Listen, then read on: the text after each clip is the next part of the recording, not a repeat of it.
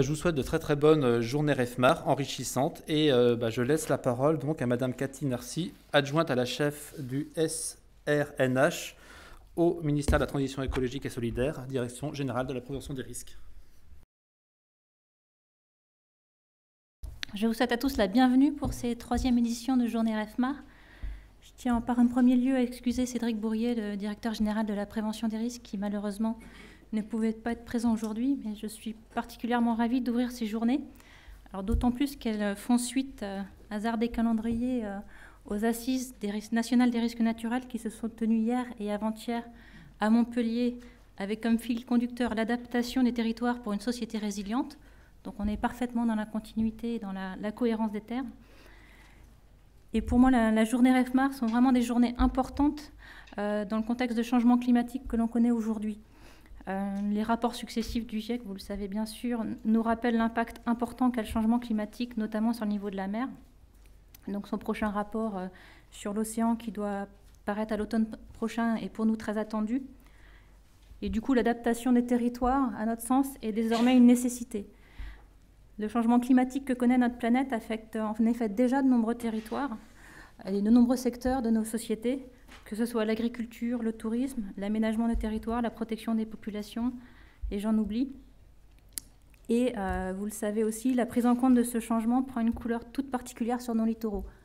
En effet, ces territoires sont parmi les plus dynamiques et attractifs, pas seulement en France, alors que la hausse du niveau marin contribue à renforcer les aléas littoraux. Ce sont donc des territoires avec des enjeux particulièrement forts et avec un challenge encore plus fort que sur le reste du territoire.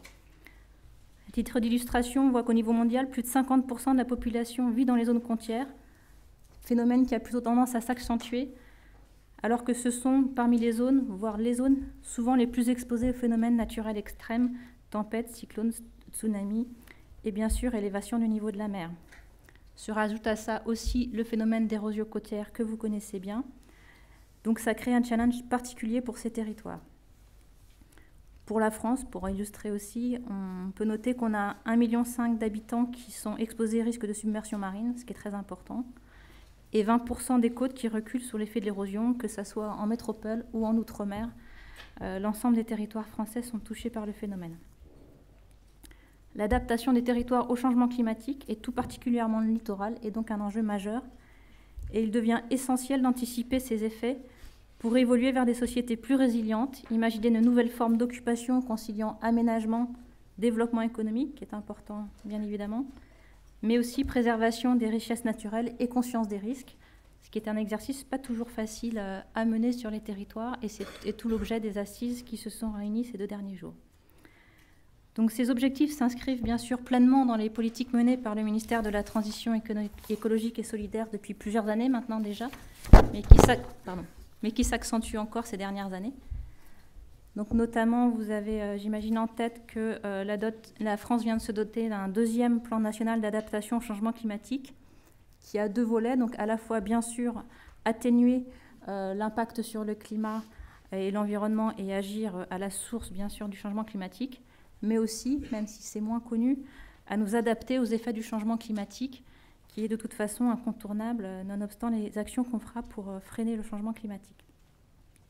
Cet enjeu est aussi décliné dans les différentes politiques sectorielles que la France met en œuvre. Donc la politique de prévention des risques, bien sûr, puisque la DGPR en est le leader, donc qui participe pleinement à cet objectif d'adaptation au changement climatique, donc avec des outils concrets qui visent à répondre aux besoins de résilience des territoires et tiennent d'ailleurs dès à présent compte de l'évolution des aléas provoqués par le changement climatique, notamment sur le niveau de la mer.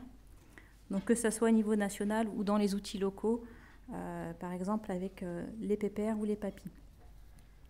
Je voudrais aussi citer la stratégie nationale de gestion intégrée du trait de côte, qui est pilotée par nos collègues de la DGLN, mais auquel on est associé très étroitement, qui a permis, depuis 2012, d'identifier plusieurs programmes d'action afin de mieux appréhender les dynamiques littorales et surtout de développer les outils nécessaires pour s'adapter aux évolutions de nos littoraux en anticipant sur les phénomènes à venir.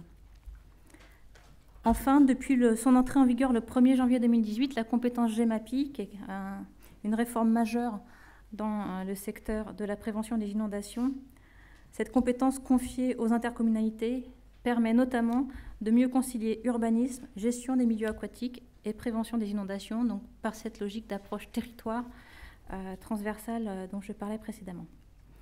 Les collectivités sont en effet la clé de voûte de ces sujets, car elles sont porteuses de projets de territoire qui doivent répondre à la fois aux enjeux locaux de développement économique notamment, mais aussi en prenant en compte les enjeux des risques.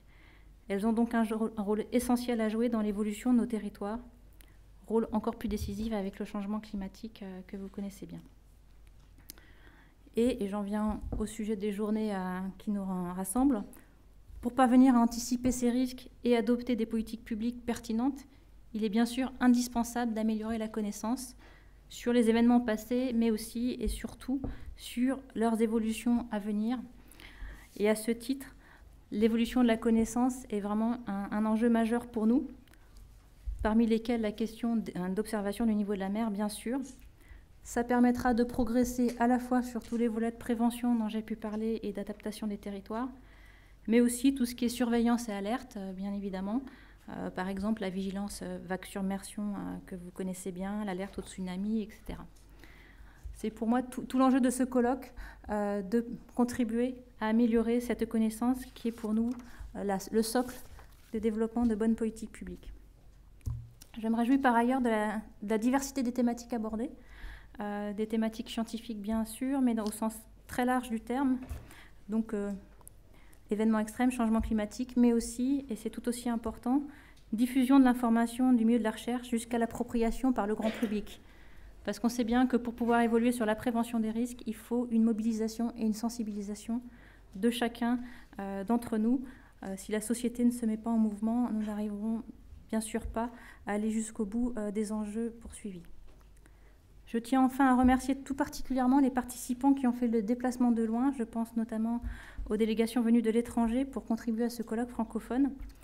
En effet, le constat dont je parle est bien sûr le même partout en termes d'aggravation des risques en raison du changement climatique. Et les échanges entre pays sont essentiels pour nous aider à trouver les bonnes solutions, que ce soit en matière de connaissances, mais aussi de politique publique.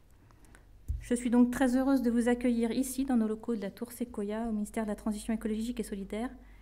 Il me reste à vous souhaiter d'excellentes journées REFMAR, qui, je n'en doute pas, seront passionnantes et surtout riches en échanges. C'est vraiment l'objet de ces journées. Et je laisse maintenant la parole au CHOM, que je remercie d'avoir organisé de manière aussi efficace ces journées.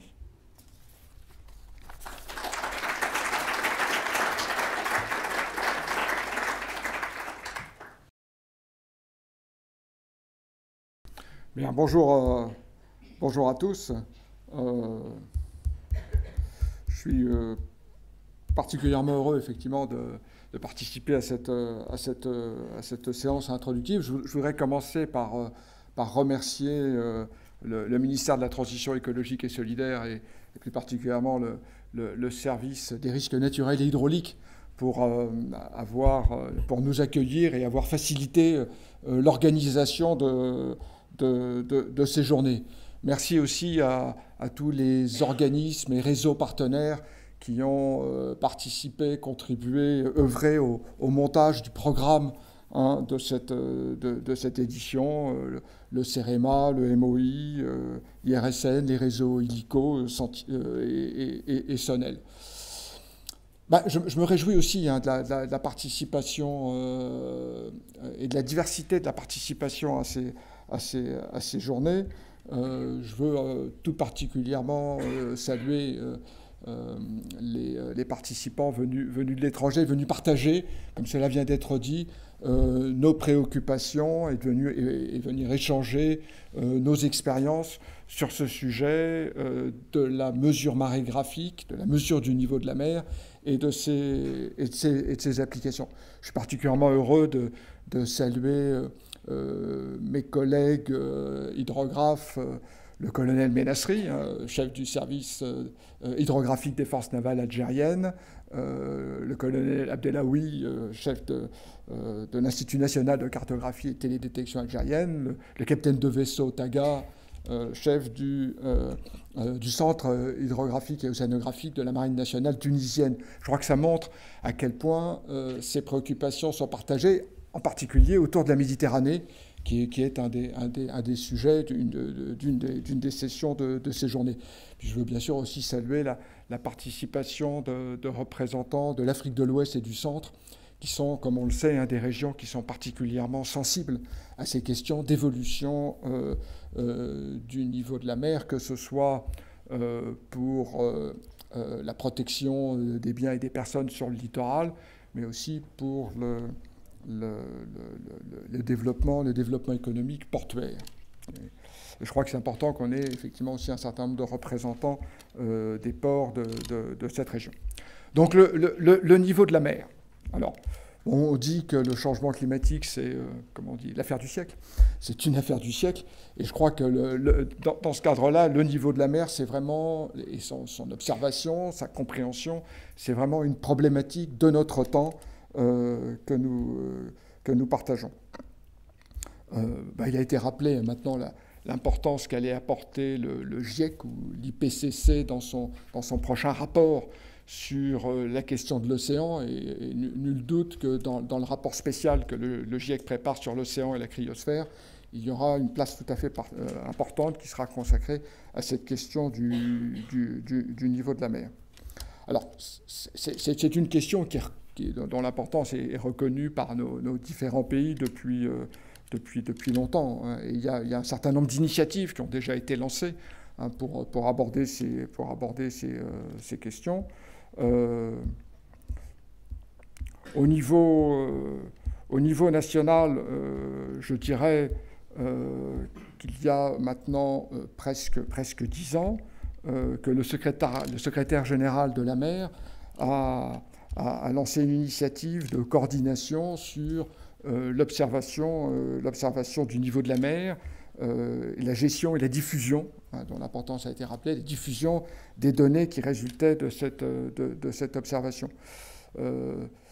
Pour cette instruction, je pense à mon avis, elle est toujours d'actualité, et en particulier au travers des enjeux qu'elle recense sur cette question de l'observation du niveau de la mer, puisque ça concerne l'anticipation et la gestion des risques concernant le littoral, la sécurité de la navigation, qui est un des clients historiques de la mesure du niveau de la mer, la sécurité portuaire, comme l'atteste, comme je l'indiquais tout à l'heure, la présence de responsables ou de plusieurs ports, la planification de l'espace maritime, qui est devenu un sujet extrêmement important pour le développement des activités littorales et la protection du milieu marin, la recherche climatologique et océanographique, et puis les expertises qui sont nécessaires pour reconnaître l'état de catastrophe naturelle, qui correspond dans notre pays à un dispositif juridique particulier.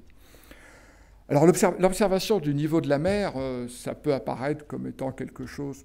La description de ce qu'il y a à faire, c'est assez simple. Il faut une échelle de marée, une bonne montre. Bon, ce qui est un petit peu plus compliqué, c'est de caler l'échelle de marée, de la rattacher à des niveaux géodésiques. Mais bon, c'est une chose simple, mais la mesure, la donnée du niveau de la mer, c'est quelque chose qui est extrêmement riche en contenu, en signaux. Les posters que j'ai déjà eu le temps d'apercevoir le montrent bien. Il y a déjà une très grande diversité d'échelles de temps qui sont présentes dans le signal de la marée.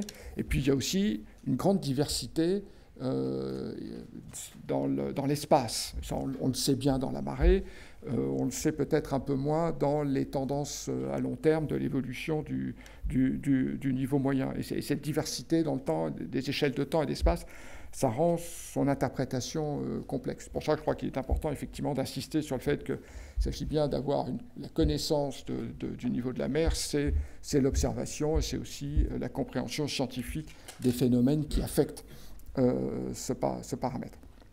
Alors, un mot, les échelles de temps.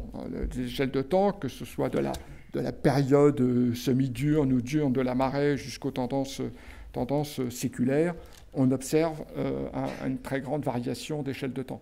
C'est une des raisons qui rend aussi très important d'intégrer dans nos observations, dans notre connaissance, les données historiques, c'est-à-dire celles qui ont pu être recueillies au cours des décennies, voire des siècles passés, et qui sont extrêmement utiles pour interpréter les évolutions du niveau de la mer. Et c'est aussi, je crois, un des thèmes de ces journées.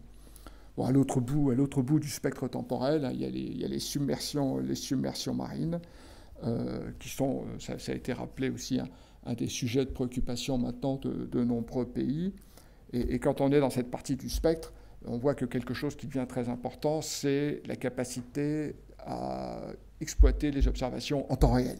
Et ça aussi, je crois que c'est un des sujets importants à aborder dans ces journées. Un mot sur les échelles d'espace. Il y a des enjeux locaux, ça a été rappelé, et puis il y a des enjeux globaux liés au changement climatique. La conséquence, c'est qu'il faut observer ce niveau de la mer un peu partout. Alors, il y a bien entendu des stratégies à développer, mais on a vraiment besoin d'avoir une observation qui soit à la fois locale et globale, et ça nécessite une très forte coopération. Alors cette coopération dans le domaine de l'élévation, du suivi du niveau de la mer, elle n'est pas nouvelle. Elle a été développée depuis plusieurs décennies, notamment dans le cadre de la commission océanographique intergouvernementale de l'UNESCO, hein, avec le Global Sea Level Observing System, et les systèmes d'alerte hein, qui se développent notamment pour les tsunamis, toujours dans le cadre de la COI. Mais je crois que c'est des coopérations qu'il faut maintenant renforcer. Justement, pour parler de la commission océanographique, j'en reviendrai sur la COI tout à l'heure. Il y a 3 ans, hein, lors de la précédente édition de ces journées en 2016, j'avais mentionné quelques défis hein, auxquels devait faire face notre communauté, et je crois qu'ils sont toujours majeurs, hein, ils sont majeurs et toujours actuels. C'est maintenir les réseaux d'observation dans la durée. Il ne suffit pas d'installer des marégraphes, il faut aussi les maintenir et s'assurer de leur bon fonctionnement dans la durée.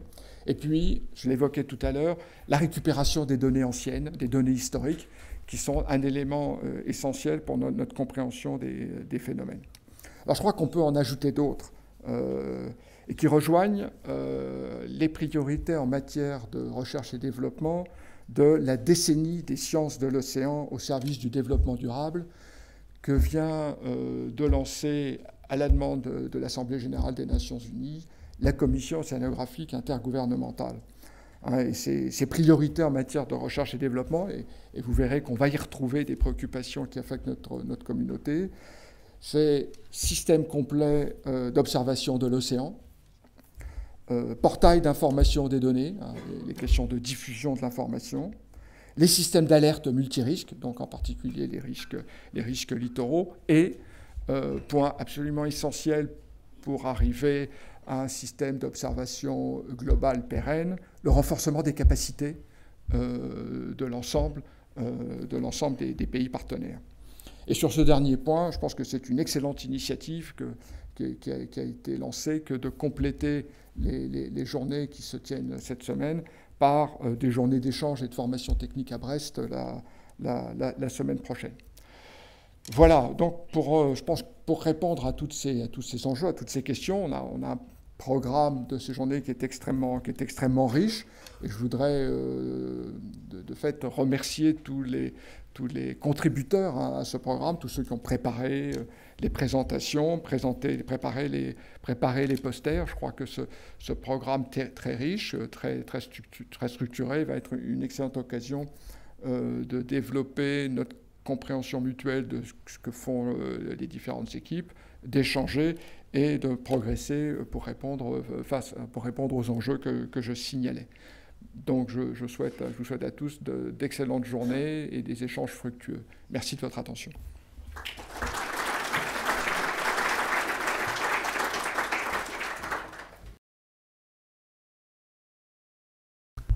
Bien, bonjour à tous.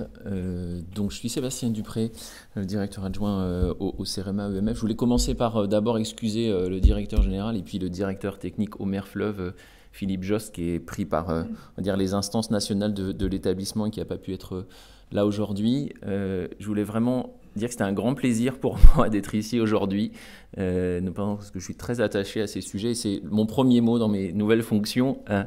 Donc voilà, ça prend beaucoup de sens pour moi. Voilà, un grand plaisir de retrouver certaines personnes connues. On voit que les compétences et les personnes circulent dans ces réseaux. Et puis un grand plaisir aussi donc, voilà, d'être accueilli ici par le ministère dans cette amphi. Voilà, je voulais aussi saluer plus largement le ministère et les différentes tutelles, parce que dans le mot qu'a dit Cathy tout à l'heure, le soutien des différentes tutelles à l'observation, la connaissance et la compréhension des phénomènes scientifiques et techniques dont on va parler aujourd'hui est vraiment quelque chose d'essentiel et quelque chose d'indispensable aussi pour pouvoir avoir des politiques publiques qui sont les plus pertinentes, les plus efficaces dans un contexte qui a été décrit, je ne reviendrai pas, mais voilà, qui est en pleine évolution tant du point de vue institutionnel que lié aux effets du changement climatique.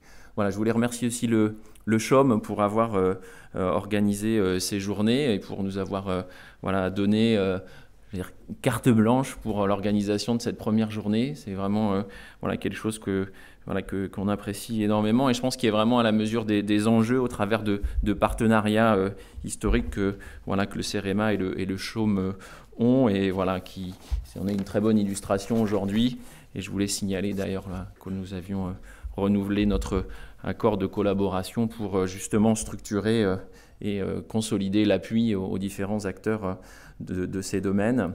Et puis je voulais, voilà, comme ça a été dit précédemment, tous vous remercier ici. On a une salle qui est très bien remplie. Ça illustre, je pense, l'importance du sujet qu'on va traiter aujourd'hui et aussi la diversité des acteurs qui doivent se mobiliser pour ces sujets. Dans la salle, on a voilà, des acteurs scientifiques et techniques, des acteurs des collectivités, des représentants de services. Voilà, je pense que ça illustre vraiment l'effort et le travail qui doit être fait en commun. Puis voilà, j'avais un message aussi tout particulier à l'intention de nos collègues francophones, à une quarantaine de délégués, si j'ai bien compris, venus de 10 pays. Voilà, nous sommes aussi très attachés voilà, à apporter un appui dans cet environnement de la francophonie sur ces thématiques. Voilà, ça me rappelle d'ailleurs une journée nationale sur le génie civil et le génie côtier qui avait été organisée il y a quelques années en Tunisie entre des collègues français et tout un tas de collègues francophones qui avait été là aussi un très grand succès. Voilà, et puis je voulais remercier vraiment hier l'infrastructure de recherche Illico là, qui dira un petit mot tout à l'heure et avec qui on a pu faire ce programme. Et voilà, je voulais remercier particulièrement les collaborateurs Amélie et Boris. Voilà. Je veux aussi profiter, sans être trop long, mais de dire un tout petit mot de cet établissement qu'est le CEREMA, puisque c'est un établissement qui est relativement nouveau, qui a été créé en 2014, qui est pas toujours connu de tous. Donc c'est un établissement donc public et de référence dans le domaine de la capitalisation et du développement d'expertise publique sur des thématiques qui sont l'aménagement du territoire, la transition écologique, la transition énergétique, la cohésion des territoires. Et donc il propose d'une certaine façon une expertise qui est assez unique dans un certain nombre de domaines thématiques. Je ne vais pas tous vous les lister, mais quelques-uns, la mobilité, les infrastructures, dont les ports, les voies navigables, l'urbanisme, la construction, la prévention des risques, la sécurité maritime et la sécurité routière aussi. Et l'une des spécificités, c'est notamment, en complément de cette expertise pointue, d'être en capacité de les intégrer, ces différentes thématiques sur les territoires, pour pouvoir développer voilà, des approches territoriales et en particulier, notamment sur les territoires littoraux qui nous occupent aujourd'hui, donc notamment par l'intermédiaire de 8 directions territoriales que vous connaissez certainement. Et c'est aussi un centre de ressources et d'expertise scientifique, d'expertise technique au service des différentes thématiques et des différentes politiques publiques qui ont été citées tout à l'heure, voilà, avec environ 400 chercheurs reconnus et 3 directions techniques et thématiques, et dont celle en charge de l'eau, de la mer et des fleuves que je représente aujourd'hui. Il représente voilà, aussi un appui pour les services de l'État, mais aussi pour les différentes collectivités, les acteurs économiques des territoires. Voilà. Alors je voulais simplement lister quelques sujets qui sont portés actuellement alors par le CEREMA ou dans le cadre de partenariats ou de manière plus anecdotique par le CEREMA, mais par des acteurs reconnus du domaine, parce qu'ils montrent finalement l'importance des thématiques autour de ces questions de gestion du trait de côte. D'abord, la réalisation de l'ortho littoral version 3, voilà, dans le cadre d'un consortium entre l'IGN, le CEREMA, le MTES. Ces données sont vraiment essentielles pour la mise en œuvre des différentes politiques publiques sur le territoire. Cathy Narcy a cité tout à l'heure la stratégie nationale de gestion intégrée du trait de côte, et j'aimerais juste y revenir par un ou deux points, parce que c'est aussi quelque chose de très concret. Pas juste une stratégie un peu théorique, ça prend une dimension extrêmement concrète, extrêmement opérationnelle. Donc je voulais citer quelques éléments. La mise en place d'un indicateur national de l'érosion côtière, voilà, qui va permettre d'objectiver les questions d'érosion du trait de côte. La mise en place d'une base de données sur les ouvrages côtiers, qui est aussi quelque chose d'extrêmement concret, d'extrêmement prégnant sur le territoire, et puis quelque chose d'un peu plus prospectif, mais notamment l'évaluation prospective des enjeux qui seraient potentiellement concernés par le recul du trait de côte dans un contexte de changement climatique, qui est quelque chose d'un peu plus prospectif aussi, mais extrêmement concret, puisque ça permet de mesurer localement l'impact et les conséquences réelles du trait de côte. Autre élément, pour en citer encore un ou deux, l'actualisation qui est en cours du catalogue sédimentologique des côtes de France. Voilà. Vous savez, pour ceux qui le connaissent, qui ont utilisé la version de 1981 comme moi pour de l'ingénierie, c'est quelque chose de très concret, très opérationnel, très utile. Et puis, autour des questions d'observation, plusieurs activités qui sont très importantes de notre point de vue. Le réseau national d'observation du trait de côte, hein, qui se fait dans le cadre de collaborations très constructives entre le CNRS, le BRGM, nous-mêmes, le CHAUME, en tant que référent national sur les questions de niveau.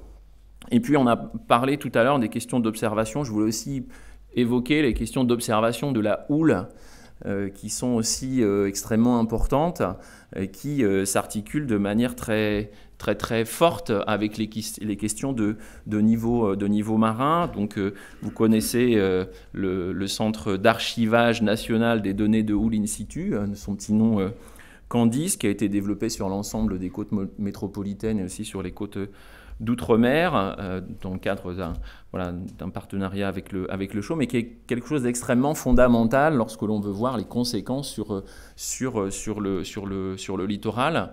Et je voulais citer, peut-être pour arrêter ma longue litanie, je vois que vous commencez à vous épuiser, les travaux très concrets qui sont en cours dans le cadre de l'Eurocode 1. Donc vous savez que c'est un document extrêmement structurant pour l'ensemble des calculs et l'ensemble d'une démarche d'ingénierie qui est en cours et pour lequel des réflexions vont permettre de mieux appréhender comment prendre en compte sur le littoral la combinaison qui est complexe, vous le savez, du niveau de la mer, du niveau de houle, des profondeurs d'eau, pour pouvoir estimer de manière extrêmement opérationnelle l'effet sur le littoral et surtout les enjeux qui sont implantés sur le littoral de manière directe ou indirecte. Alors je ne reciterai pas un certain nombre de chiffres qui ont déjà été cités précédemment, mais je voulais simplement rappeler sur le territoire national, on a 7,8 millions base 2010 d'habitants dans les communes du littoral, dont environ 2 millions en Outre-mer et 6,5 millions environ sur la métropole. On estime qu'on a environ 25% du littoral métropolitain et d'Outre-mer qui connaît une problématique d'érosion côtière. Voilà, sur la base de l'indicateur national que j'évoquais tout à l'heure, avec des rythmes d'érosion qui sont effectivement très différents, de quelques centimètres, quelques dizaines de centimètres dans certains territoires, à plusieurs mètres, voire presque la dizaine de mètres dans un certain nombre d'autres territoires. Voilà, le Cap Ferret, la Tremblade, la Camargue, des endroits que vous connaissez peut-être pour d'autres raisons. Et toutes ces enjeux sont dans le contexte du changement climatique, ça a déjà été dit, en cours d'évolution, et le rapport du GIEC est effectivement extrêmement attendu pour fixer un cadre, mais aussi pouvoir mettre en place une vraie réflexion prospective sur comment anticiper et comment gérer dans les différents territoires qui sont concernés, la gestion du trait de côte, le retrait stratégique, par exemple. Voilà. Alors, le programme qui a été coélaboré va permettre d'aborder les différentes dimensions qui ont été présentées par les deux intervenants précédents et moi-même. D'abord, les dimensions géographiques et puis les différents enjeux de la gestion du trait de côte, voire du recul du trait de côte dans un certain nombre de cas, et aussi la diversité des positionnements autour de cette thématique qui est assez bien représentée par la diversité des participants aujourd'hui en tant qu'acteurs concrets du littoral, acteurs scientifiques et techniques, mais aussi acteurs opérationnels. Donc je retiens, mais vous le verrez dans le programme, donc on a différentes séquences qui vont traduire les différents défis scientifiques et techniques de la gestion du trait de côte, mais je pense que Christophe en dira un mot tout à l'heure, qui sont d'abord des enjeux de court terme autour de la connaissance, la capitalisation de l'impact de ces événements extrêmes sur l'évolution à court terme du trait de côte, l'implication de la société civile qui est essentielle et de l'ensemble des acteurs pour partager aussi le diagnostic qui est mis sur la table par les acteurs scientifiques et techniques. Il faut partager ce diagnostic pour pouvoir s'engager dans l'action. Et puis, in fine, une présentation de la prise en compte des évolutions à plus long terme sur la base de différents projets et programmes qui sont actuellement menés dans différents points du globe. Voilà, je pense que j'ai été trop long. Enfin, on ne m'a pas allumé de feu rouge pour m'arrêter, donc peut-être que ce n'est pas tant le cas. Voilà, je voulais vraiment vous remercier de votre participation à tous. Voilà, et puis mettre cette journée sous le signe de débats riches et d'échanges, et notamment avec la participation de nos collègues francophones dans la salle. Voilà, excellente journée à tous, et donc un beau succès à cet événement.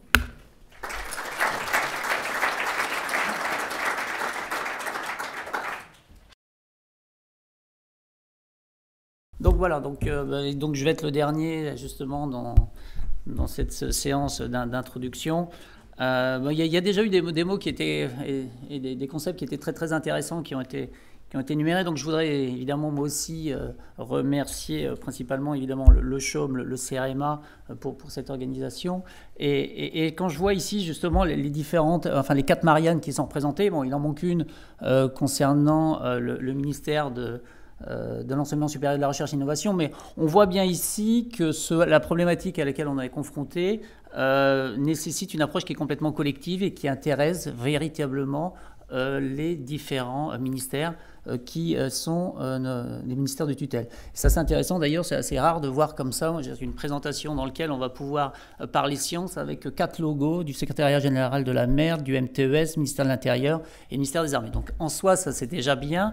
Et également les mots-clés là, qui ont un petit peu qui ont été égrenés pendant ces premières présentations, qui sont accroissement de connaissances, observation, eh bien, on voit là le cœur en fait des questions qui se posent, c'est comment accroître notre connaissance, et je pense que c'est particulièrement important d'avoir intégré justement que c'est justement cette compréhension des processus qui va permettre justement de pouvoir anticiper, modéliser, prévoir l'avenir. Et c'est un petit peu dans ce cadre-là que ma présentation va s'intégrer, puisque moi je vais vous parler d'une infrastructure de recherche illico qui infrastructure de recherche, donc dans un premier temps. Donc voilà. Alors en plus, voilà, j'ai pas franchement un retour. Bon donc sur cette partie là, la première question est on continue parce qu'il n'y a pas le retour là sur le PowerPoint, c'est pas très grave. Donc la première question évidemment qu'on peut se poser, c'est justement quelles sont les questions scientifiques qui sont autour de cette dynamique du littoral et qui nécessitent des observations sur long terme. Parce qu'on va vraiment décliner cette présentation sous à la fois l'approche nécessité d'observation pour pouvoir comprendre des processus. Et là, on va prendre un petit peu de recul sur la nécessité de comprendre les processus dans leur intégralité. On a parlé de niveau marin, on a parlé d'évolution du trait de côte, mais il y a d'autres problématiques qui se greffent et qui sont très interconnectées et qui nécessitent vraiment cette approche un petit peu pluridisciplinaire qu'on a dans nos laboratoires de recherche, que ce soit universitaires ou en lien évidemment avec le CNRS et nos partenaires d'autres organismes de recherche comme l'IGN, le CHOM et autres. Donc, le contexte particulier de la zone littorale, évidemment, c'est qu'on est dans une zone d'interface. Évidemment, cette zone d'interface, interface entre le milieu hauturier ouvert, interface avec la zone continentale, fait qu'on se situe vraiment sur une zone extrêmement complexe, et on parle dans ces cas-là de 2 zones également critiques. Il y a des échanges, à la fois des échanges de matière, des échanges d'énergie qui sont extrêmement importants, et donc ces échanges dans cette zone d'interface va entraîner des transformations entre les milieux qui nécessitent d'être mieux compris. C'est une zone de richesse à la fois économique et écologique extrêmement importante, et qui est, alors heureusement ou malheureusement, est une zone aux activités, aux usages et aux motivations qui sont extrêmement variées, que ce soit sur du tourisme, l'aménagement et l'habitation, mais également des problèmes plus économiques autour de la pêche, de la culture, et évidemment la préservation de la biodiversité. Et au final, cette zone est également soumise à des aléas qui sont naturels. Donc en fait, on a déjà compris dans les présentations précédentes que cet ensemble, c'était pas tout à fait, cet ensemble va créer une très très forte variabilité spatio-temporelle, à la fois de paramètres physiques, c'est ce dont on va parler plus tôt pendant cette conférence autour des niveaux de mer, des évolutions du trait de côte, mais également sur des processus qui sont également biogéochimiques et également biologiques. Donc c'est un petit peu... Voilà, c'est un petit peu ce contexte général qui va poser un certain nombre de questions clés qu'il faut pouvoir aborder de façon pluridisciplinaire pour pouvoir comprendre justement cette dynamique littorale dans son intégralité. Donc la première chose, évidemment, les grandes questions qui tournent autour de cette dynamique du littoral, la première chose, c'est peut-être comprendre comment fonctionne le système observé. Alors évidemment, ce sont des processus qui sont assez complexes. Alors il y a tous ces processus qui sont les processus physiques, qui sont la dynamique de l'océan physique, des processus qui sont à l'origine justement de ces modifications d'élévation des niveaux de mer. Mais également, on a beaucoup de processus biogéochimiques qui vont gouverner les productions primaires diverses et variées, la dynamique des populations. Et on voit en permanence les liens qu'il peut y avoir entre ces différentes questions, avec, encore une fois, des échelles temporelles qui sont imbriquées, puisqu'on va travailler sur des problématiques qui sont de la saisonnalité, avec des variabilités d'amplitude annuelles qui sont particulièrement importantes à étudier, également ces cycles interannuels qui vont jouer et interagir avec des variabilités spatiales.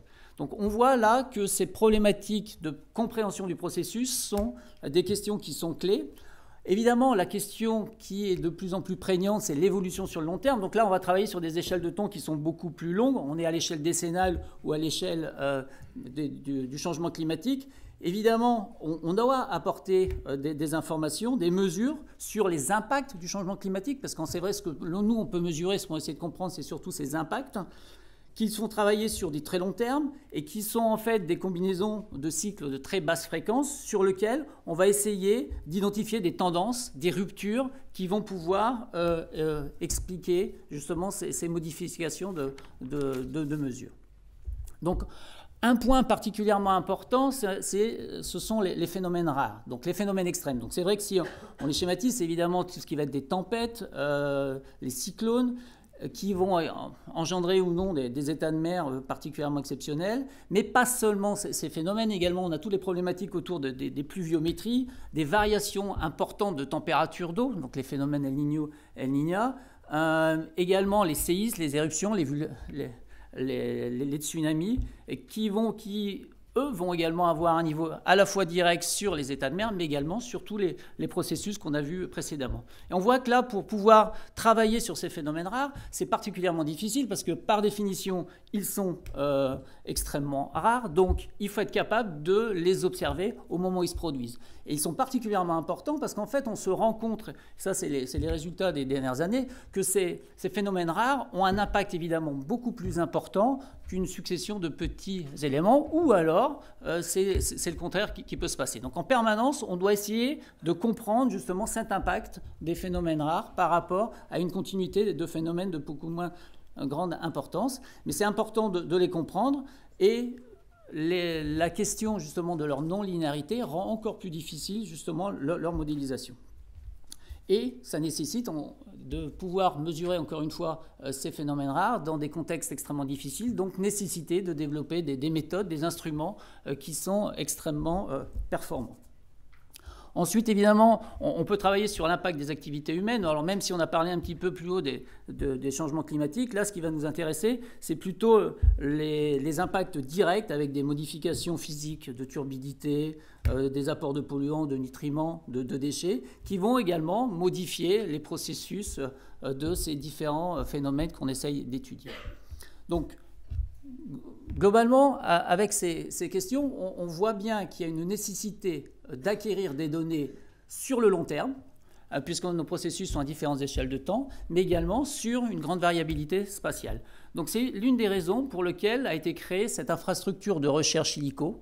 Qu'est-ce que c'est qu'une infrastructure de recherche? En fait, c'est un outil qui a été créé par le ministère de l'Éducation nationale, l'enseignement supérieur, de la recherche et de l'innovation, et qui a pour objectif de conduire des activités de recherche de haut niveau. Et parmi ces 99 infrastructures de recherche qui couvrent la totalité du spectre de la recherche en France, on a eu une infrastructure qui s'appelle ILICO qui a été créée, dont l'objectif est d'observer et de comprendre les milieux et les écosystèmes côtiers littoraux dans leur globalité.